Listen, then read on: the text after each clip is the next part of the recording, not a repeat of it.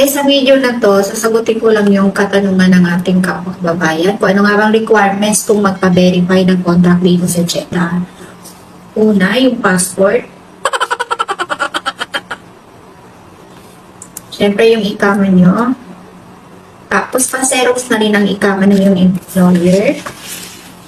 Gaya nito.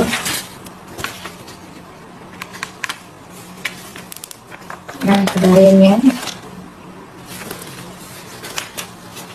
Tapos, yung address.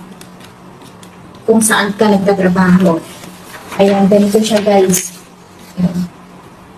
Ayan siya. Yung address proof, guys, makukuha nyo yan sa AppShare. Yung employer nyo may AppShare yan. Hindi ko alam kung mayroon din kayo. Doon nyo yan siya kukunin yung address proof.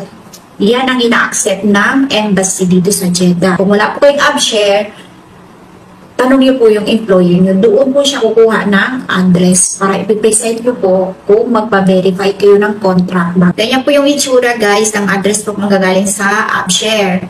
Hindi po yung address natin na makikita sa motos, piprint lang natin, hindi po accepted yun, guys. Tapos, pa-translate na rin ng Arabic yung kontrata mo para hindi ka nang pabalik-balik. Yun lang, guys, sana nakatulong at pakishare na rin para makatulong sa ating kapwa kababayan dito sa Jeddah. Salamat po.